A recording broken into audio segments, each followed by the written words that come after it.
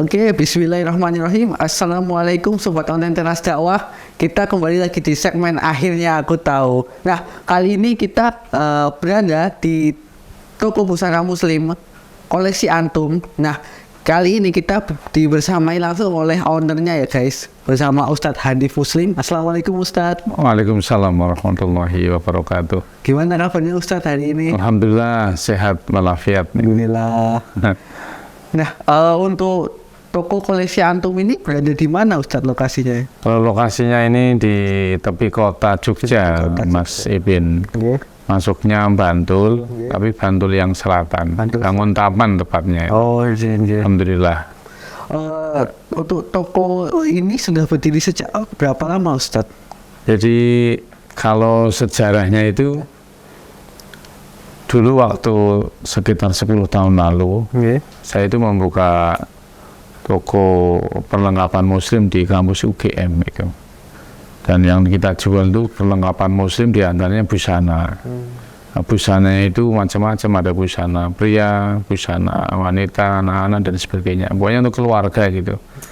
Nah, waktu itu yang saya jual itu dari merek-merek yang banyak, yang penting lengkap kayak gitu.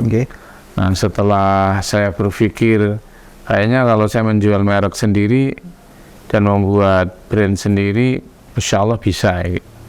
Nah, setelah itu saya mencoba untuk merintis dengan membuka usaha, yaitu bikin brand sendiri. Kebetulan saya suka fashion laki-laki gitu, ya, men fashion gitu. Memang saya suka di situ dan akhirnya saya memilih itu untuk membuka brand sendiri, yaitu brand waktu itu bukan Antum namanya. Tapi namanya ada Presiden, ada Ya Akhi, ada Sultan. Ya. Tapi setelah saya daftarkan mereknya itu, yang lolos Antum. Oh, lolos Antum. Ya, dan konsepnya yang penting buat Muslim kampus ya. Karena memang komunitas di sekitar toko saya kan kampus UGM, UNY dan sebagainya.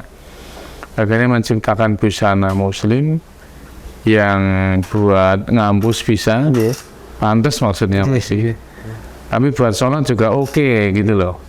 Ya, kalau orang ke kampus pakai busana muslim yang penuh warna itu, bordir-bordir kan dikira mau khitan nanti. Dikira mau jadi manten ya gitu. Nah, akhirnya saya bikin baju yang simple, sederhana, tetap casual, elegan, tapi juga syar'i. Akhirnya ini brand Antum ini memang tagline-nya sederhana, simple dan casual kayak gitu, dan tetap syar'i kayak gitu. Jadi secara formal ya berdiri belum lama Mas Ibin, baru legal itu tahun 2016 lah, jadi baru 6 tahun. Memang dirintis sudah 10 tahun lalu gitu. Begitu cerita singkatnya gitu.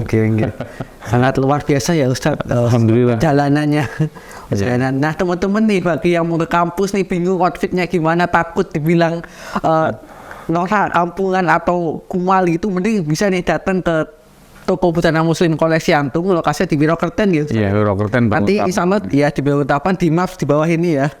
Di bawah ini silakan bisa langsung cari di sini. Insya Allah lengkap busana untuk ikhwan maupun akhwat ada nggak? Iya, sementara khusus ikhwan. Oh, sementara khusus ikhwan. Ikhwan dari semua atasan, baik celana, ya baik busana jubah maupun busana kemeja koko maupun formal maupun informal itu. Jadi busana untuk laki-laki itu macam-macam itu, tergantung dipakainya untuk apa. Bahkan untuk busana outdoor ya, yang senang naik gunung, ya senang touring gitu, kita juga sediakan. Tapi tetap bernuansa Islami kayak gitu Mas Ibin gitu. Oh ya. Tuh guys, silahkan bisa mampir ya ke toko koleksi Antum. Nah Ustadz, ngomong-ngomong terkait pekerjaan nih Ustadz. Kan ini kan kita Ustadz kan berjualan, berdagang itu masih dalam bekerja ya Ustadz. Iya. Nah, bagaimana sih Islam memandang sebuah pekerjaan itu? Oh gitu. Jadi kalau berpikirnya kita sederhana saja Mas Ibin. Kita perlu ingat bahwa kita sebagai manusia, tujuan hidup di dunia kan ibadah ya. Sebagaimana Allah firmankan, wa ma khalaqtul jinna wal insa illa liya'budun ya. Dan tidaklah Allah ciptakan jin dan manusia, kita semua, melainkan hanya untuk beribadah kepada Allah. Ya, yang namanya ibadah itu perlu penopang, ya. Perlu penopang, perlu wasilah dan alat, ya. Kalau kita nggak punya alat untuk ibadah, kita nggak bisa ibadah. Nah, alatnya apa? Di antaranya ya punya uang, gitu, punya nafkah, punya modal, ya. Karena banyak sekali ibadah-ibadah yang memang diperlukan modal, ya. Contohnya ya haji, ya. Orang haji kan juga mahal, umroh, ya, sedekah, silaturahmi, ya. Kemudian juga nikah, dan nikah belum Mas Ipin? Belum. Masih belum. kuliah, Ustaz. Oh, masih kuliah, ya. Nah, harus lulus dulu ya. Amin. Tapi kalau mau nikah kan harus beli mahar Mas Ipin. Iya. Makanya baju koleksi antum. Iya, dan di sini harus pakai modal, beli baju menutup aurat gitu, jenengan ke kampus pakai baju juga membutuhkan modal. Nah, ada kaidah fikih yang mengatakan ya, ma la yatimu al-wajibu illa bihi fahuwa al-wajib. Ya. Sesuatu yang wajib tidak akan tegak, tidak akan terlaksana secara sempurna ya, tanpa alat, ya, tanpa wasilah, maka alat dan wasilah itu menjadi wajib juga itu. Jadi bekerja mencari nafkah, mencari uang itu akan menjadi wajib karena ibadah itu wajib, dan yang wajib tidak bisa tegak kecuali dengan modal gitu. Jadi Islam sangat-sangat memerintahkan untuk kita untuk bekerja, mencari penghidupan, apalagi kita laki-laki ya. Tulang punggung keluarga nanti kita laki-laki. Iya. Rijalu qawwamuna 'alan nisa. Rijal itu laki-laki adalah pemimpin ya, tulang punggung bagi wanita ya. Oleh karena itu jadi umat Islam ya harus siap bekerja, ya, siap bekerja, dan fisiknya harus kuat dan punya semangat ya. Karena nilai-nilai Islam sangat mendukung kita, menghasung kita untuk mencari nafkah gitu Mas Ipin. Nah Ustadz, kalau untuk pekerjaan yang paling rekomendasi nih dari Islam itu apa ya Ustadz? Nah ini memang sering ya anak mahasiswa terutama ya, pemuda Islam sering bertanya kayak Mas Ipin ini, sebenarnya apa sih pekerjaan yang cocok buat saya? Ya. Mau mulai usaha, mau mulai pekerjaan apa yang paling pas buat saya? Sebenarnya simpel aja Mas Ipin dan teman-teman itu. Semua pekerjaan ya, apapun profesinya, asal halal ya, halal secara syariat Islam itu baik-baik saja, ya, boleh-boleh saja dan baik itu. Tapi memang idealnya sih pekerjaan itu yang sesuai passion ya, sesuai bakat kita. Namanya bakat kan orang lain-lain itu ya. Lain-lain mungkin Mas Ipin bakatnya nanti jadi guru misalnya. Saya mungkin bakatnya memang desain baju gitu. Mungkin ada teman kita yang bakatnya mungkin melukis ya, mendesain dan sebagainya, beda-beda. Yeah. Nah itu yang dipilih itu sesuai passion. Nah, yang kedua, memang pekerjaan itu tadi saya sampaikan asal halal baik-baik saja. Jadi pegawai ya, jadi aparat ya, jadi akul ya. Tetapi ya, mungkin jadi dokter juga. Tapi yang disebut di dalam Al-Quran itu diantaranya adalah profesi jual beli atau perdagangan ya. Di antaranya di dalam Quran surat Al-Jumu'ah dikatakan juga, ya ayyuhalladzina amanu idza nudiya lis-sholati ila yaumil jumu'ah fas'au ila dzikrillahi wa dzarul bai'. Itu. Wahai orang-orang yang beriman ya, apabila telah diseru kepada kalian untuk menegakkan sholat Jumat ya, maka hendaknya panggillah ya, segeralah untuk fas'au ila dzikrillah, dan segeralah menuju zikir kepada Allah dan wa dzarul bai'. Tinggalkanlah perdagangan.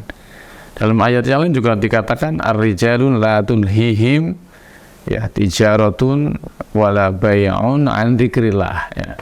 Yang dipuji oleh Allah di antaranya laki-laki yang dia tidak dilalaikan ya oleh perdagangan dan transaksi dari zikir kepada Allah. Jadi bahwa ya biang perdagangan kemudian jadi tajir ya, jadi juragan, itu di antara profesi yang direkomendasikan oleh Islam.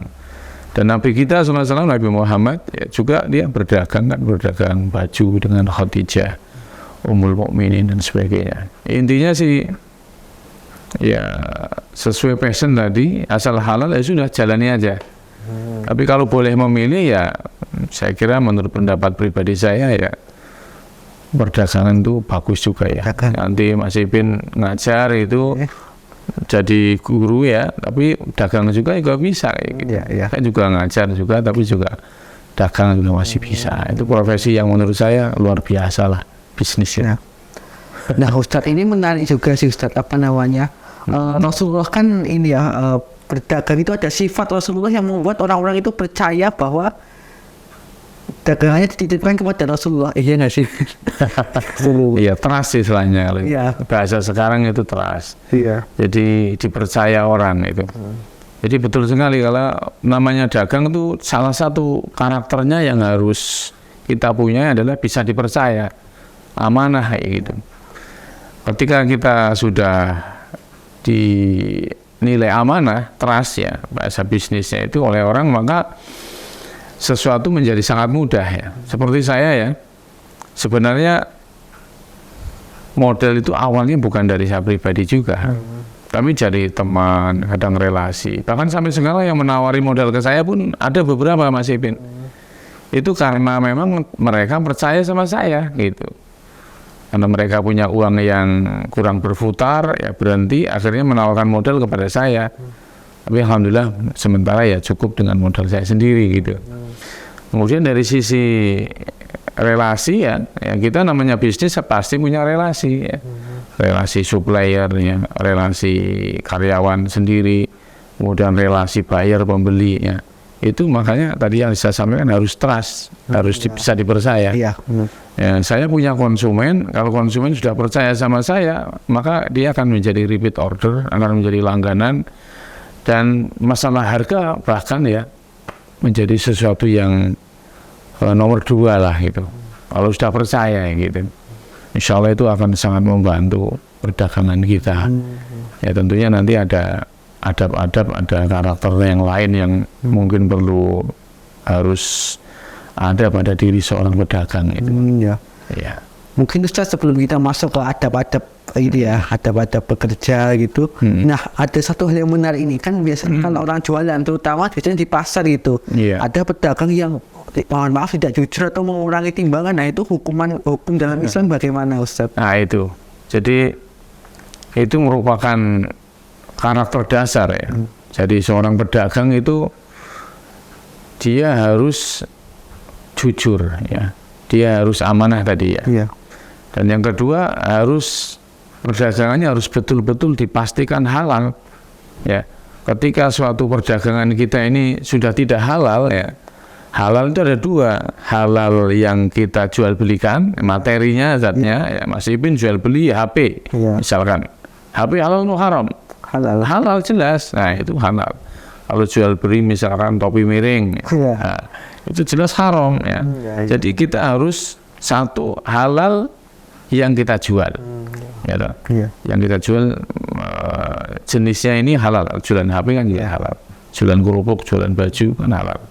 Yang kedua caranya juga harus halal gitu. Cara mencarinya, pertama harus diantaranya harus bebas dari yang namanya riba, transaksi muamalah yang ribawiyah. Yang kedua harus terbebas dari yang namanya yang sifatnya horor atau perjudian. Nah, yang ketiga sifatnya harus terbebas dari yang namanya ya tipu menipu tadi, ya. Yang namanya suap, ya, riswah, suap penyuap gitu ya. Kita ingin menang tender harus menyuap pejabat itu, atau pejabat dia menerima suap sehingga memutuskan tidak profesional. Ini juga enggak halal seperti itu. Kemudian menipu tadi, mengurangi timbangan gitu ya, di pasar enggak jujur, mengurangi timbangan, kemudian markup data, kemudian menutupi cacat barang misalkan, itu juga enggak halal, cara-caranya enggak halal. Nah, yang seperti ini enggak barokah, Mas. Bahkan Allah Ta'ala ya berfirman dalam Quran surat Al-Mu'minun ayat 51, ya ayyuhar rusulu kulu minat thayyibati wa'malu sholihah.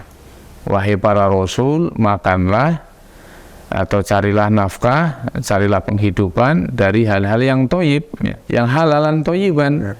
halal jenisnya yang dijual belikan, dan halal caranya, baru wa'malu sholihah ayatnya. Karena kalau orang dia mempunyai nafkah yang halal, ya namanya nafkah itu kan pasti akan dimakan kita sendiri dan disedekahkan kepada istri dan anak-anak kita, betul nggak Mas Ipin? Ya nanti kan merasakan ya, sudah jadi tepatnya semoga aja Ustaz. Iya. Masa kita tega ya bersedekah dari sumber-sumber yang tidak halal untuk diri kita, untuk keluarga kita gitu. Karena kalau orang di dalam tubuhnya itu terdapat noktah-noktah ya yang tidak Allah halalkan, yang haram dalam tubuh kita banyak terdapat di dalamnya. Kita itu akan tidak bergairah untuk beribadah, untuk beramal soleh. Makanya tadi ayatnya kan, wahai para rasul, dan tentunya ayat ini ditujukan juga kepada umatnya, para rasul termasuk kita semua insan yang beriman. Makanlah dari makanan yang baik, baru perintahnya beramal solehlah. Nah, orang yang banyak dosa, banyak makanan yang haram dalam tubuhnya, tidak akan bergairah beribadah, nggak semangat, loyo ya. Dan sebaliknya Mas Ipin, kalau orang itu makanannya halal, bersih, ya, dari perdagangannya bersih, dari nafkahnya bersih, sumbernya dari yang halal saja, insya Allah ya, dia akan ringan dalam melangkah dalam kebaikan, dalam fisabilillah, dan ibadahnya akan terasa ringan gitu. Coba Mas Ipin dan teman-teman perhatikan, kalau orang itu nafkahnya dari yang haram, biasanya larinya juga belanjanya untuk halal yang haram ya. Orang misalkan korupsi ya, biasanya kan nyun sewu, biasanya paling buat beli wanita yang halal, kemudian buat beli mobil yang banyak, rumah yang gede-gede kayak gitu. Sebaliknya kalau harganya halal, barokah insya Allah. Itu untuk sedekah, untuk infak, untuk dakwah, untuk membantu anak-anak yatim, untuk membantu madrasah dan lain-lain sebagainya gitu. Jadi prinsipnya, apapun profesinya, pastikan kehalalannya. Gitu Mas Ipin. Apapun profesinya, pastikan dulu kehalalannya. Nanti itu. Oke. Itu ya teman-teman. Jadi kita harus halal. Kita harus menentukan kehalalannya dulu ya teman-teman. Paling dasar itu. Iya, paling dasar halal gitu. Kalau nggak halal ya buat apa, rugi. Ini kalau nggak barokah ya rugi kan kembali kepada kita gitu. Betul ya. Mungkin selanjutnya Ustadz, untuk kan kalau kita bekerja atau kita mencari sebuah mata pencaharian itu ada adab-adabnya ya Ustadz. Iya. Nah itu adab-adabnya ada apa aja ya Ustadz? Sebenarnya tadi karakter jujur, amanah itu termasuk adab ya. Iya. Menjual, mencari nafkah dari bidang-bidang yang halal itu adab. Kemudian yang lain ya tentunya kita sebagai orang Islam ya, dalam bekerja itu selain amanah harus profesional Mas Ipin. Profesional artinya kita bekerja sesuai dengan aturan yang ada. Misalkan kita jadi pegawai, tentunya kan ada aturan jam kerja misalkan ya, jam kerjanya misalkan kantor jam 9, ya harus tepat jam 9, pulangnya jam 5 ya, sebelum jam 5 jangan pulang ya, jangan sampai berangkatnya kayak siput pulangnya kayak cetah ya itu. Berangkatnya mutaakhir ya, terlambat, pelan-pelan itu, nanti pulangnya antar gitu. Bahkan belum jam pulang udah kelebat pulang. Nah, ini namanya nggak profesional seperti itu ya. Kemudian bekerja ada aturannya ya, al muslimu ala surutihim. Seorang muslim pasti terikat dengan SOP yang ada di dalamnya ya. Bahkan Nabi SAW juga bersabda, ajmilu fit tolab ya. Perbaiki caramu di dalam mencari rizki ya. Artinya kalau kita memang jadi pegawai ya taatilah aturan, pimpinan hormati, dan mampu bekerja dalam tim tentunya ya. Jangan sampai jadi orang serba susah bekerja sama, tidak disiplin ya, ngantuan yang begawi misalkan ya. Kalau wira swasta ya tentu kita juga harus profesional Mas Ipin ya. Artinya kita harus punya skill yang hebat, yang handal, yang terus belajar ya, open minded ya. Kita bekerja misalnya seperti saya ini jualan baju dan saya juga mendesain, maka saya harus belajar skill mendesain itu apa gitu. Nah, itu sampai harus menjadi seorang ahli gitu. Jadi bagaimana bekerja itu menjadi ahli di bidangnya, kayak gitu. Terus belajar kayak gitu. Jangan sampai sudah tidak disiplin, ya, tidak amanah, tidak mau belajar. Ya, ini namanya tidak profesional. Ya harus semangat, ya, dan punya fisik yang mendukung, ya, seperti itu. Dan terus berubah, terus belajar kayak gitu. Misalkan jangan bekerja sebagai marketing, ya belajar strategi marketing apa yang bisa diterapkan untuk kaitannya dengan pekerjaan kita. Perintah Nabi ajmilu fit tolab, ya, perbaiki, ya, menjadi ahli, ya. Kalau dokter spesialis itu loh Mas Ibil, ya. Kayak antum misalnya nanti ngajar, ya kuasai bagaimana ilmu pengajaran, ya, pedagogik, ya, dan sebagainya.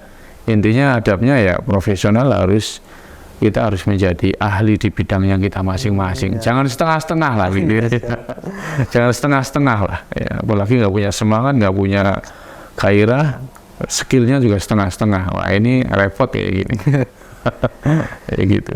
Nah, misalkan Ustadz, kali kan kita kerja profesional, ya. Sebenarnya kita udah profesional, datang tepat waktu, mau pulang tepat waktu juga. Tapi atasan kita itu malah ngasih tugas tambahan, sehingga kita harus lembur. Itu bagaimana, Ustadz? Nah, itu kalau memang sudah terdapat dalam SOP lembaga kita bekerja, ya harus kita ikuti, ya, sepanjang kita memang mampu gitu. Kalau aturannya memang demikian, ya harus kita ikuti. Tadi saya sampaikan al-muslimu ala surutihim, ya. Seorang muslim terikat dengan aturannya, ya. Kecuali kalau kita memang sakit, kita nggak mampu gitu, ya harus dibahas dengan atasan kita. Intinya komunikasikan yang baik dengan atasan. Kan kita juga harus punya seni komunikasi yang baik dengan atasan, ya, dengan kolega, ya, dengan bawahan kalau kita punya seperti itu. Ya intinya jangan jadi tipe pemberontak lah, jadi toksik dalam lingkungan kerja kita, kayak gitu loh.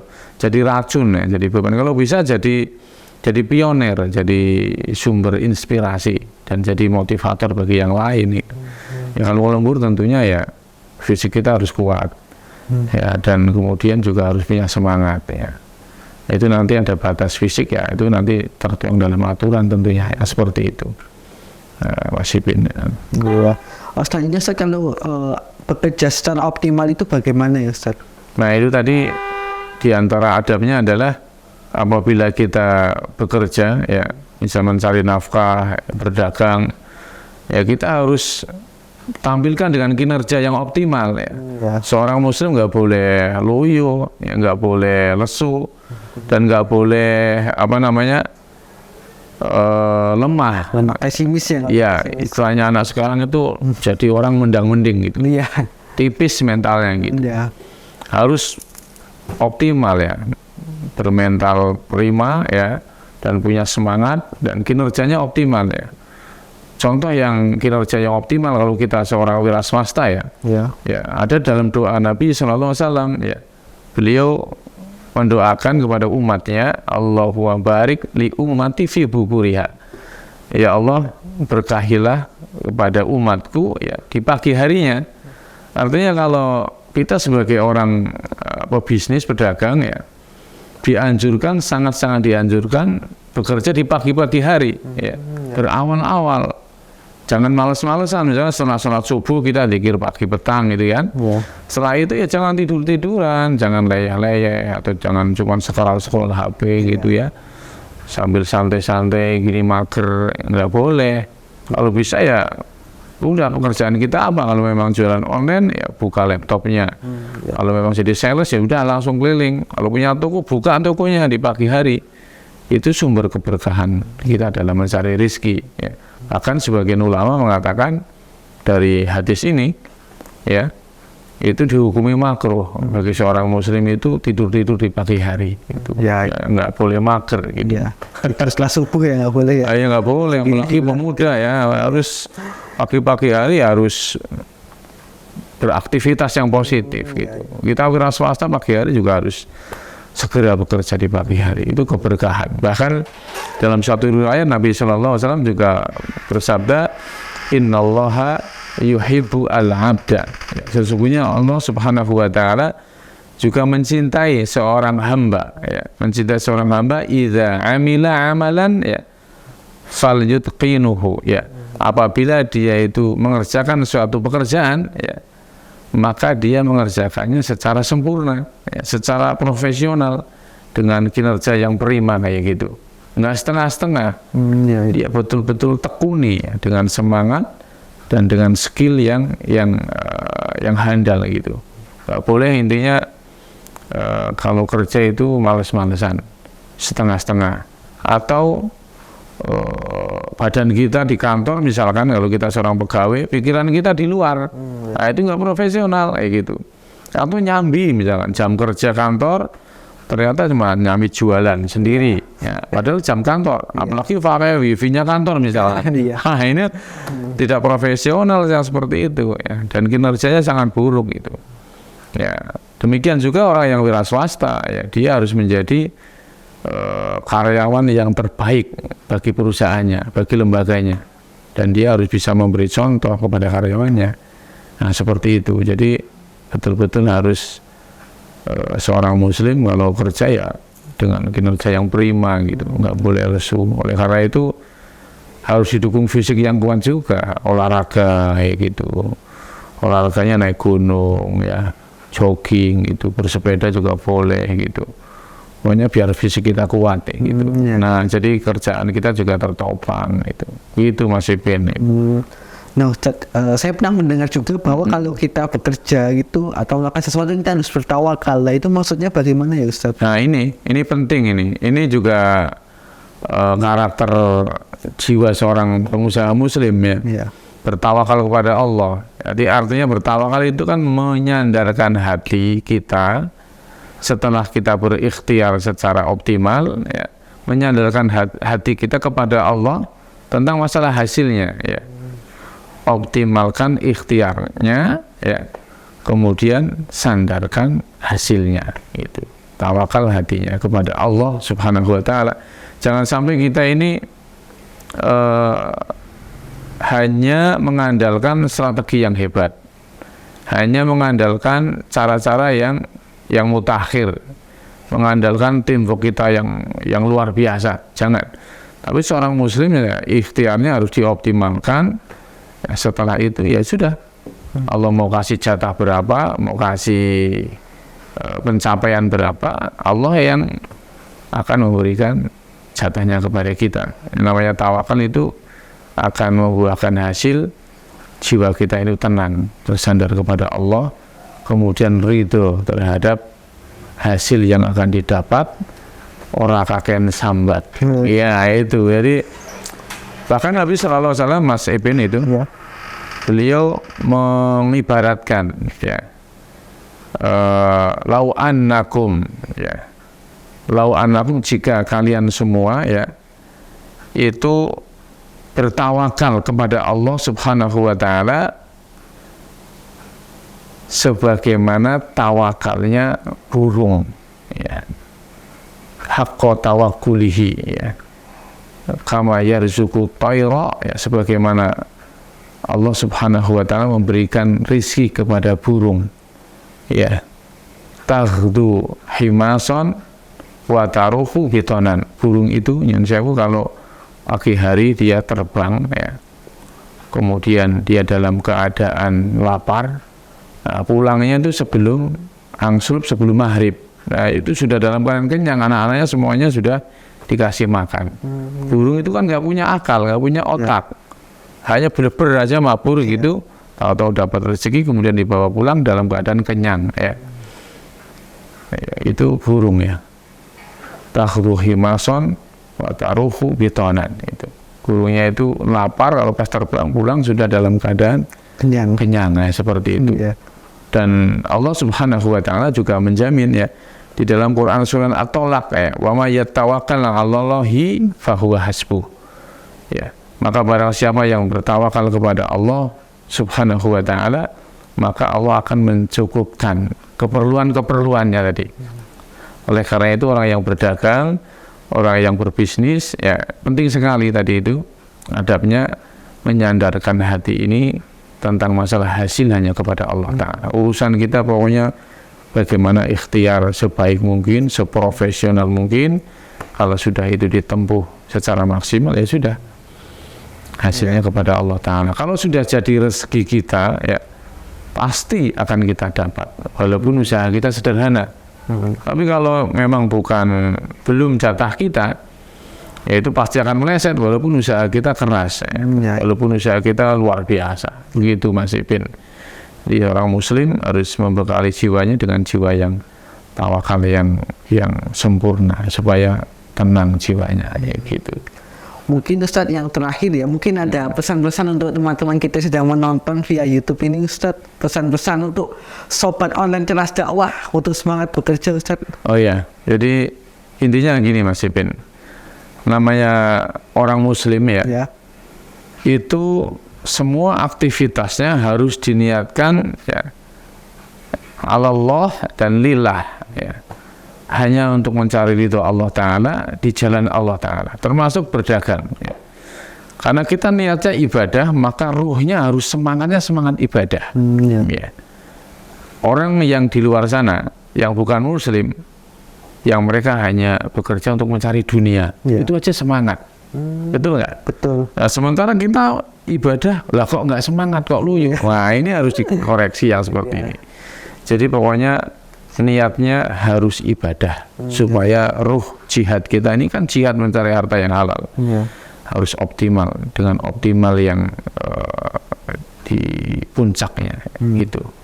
Semuanya harus karena ibadah kepada Allah Ta'ala. Insya Allah Allah akan meridhoi. Demikian mungkin Mas Ipin. Semoga bermanfaat ya. Amin. Oke teman-teman, sangat luar biasa ya pesan dari Ustadz Hanif Muslim. Semoga apa yang beliau sampaikan bermanfaat untuk kita dan bermanfaat juga untuk umat. Iya. Oke, mungkin itu saja nih Ustaz. Kami mengucapkan terima kasih sama-sama karena sudah meluangkan waktu ya. Iya. Mungkin di momen yang seharusnya Ustaz beristirahat gitu, tapi meluangkan waktu. Pokoknya luang siap saya. Ya. Memberikan pesan kepada teman-teman kita sobat online Cerdas Dakwah. Mungkin terima kasih. Mungkin teman-teman kita setelah ini akan silaturahim ke rumah Ustadz berikutnya. Saksikan di YouTube Cerdas Dakwah. Akhirnya aku tahu. Terima kasih. Wassalamualaikum warahmatullahi wabarakatuh.